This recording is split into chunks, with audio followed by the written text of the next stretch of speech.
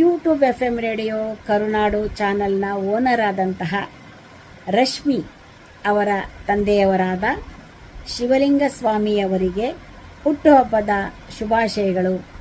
ದೇವರು ನಿಮಗೆ ಸುಖ, ಶಾಂತಿ, ನೆಮ್ಮದಿ, ಎಲ್ಲದಕ್ಕಿಂತಲೂ ಹೆಚ್ಚಾಗಿ ಆರೋಗ್ಯವನ್ನು ಆ ಪರಮಾತ್ಮ ನಿಮಗೆ ಕರುಣಿಸಲಿ ಎಂದು ನಮ್ಮ ಚಾನಲ್ನ ವತಿಯಿಂದ ಶುಭ ಕೋರುತ್ತೇವೆ. Thank you.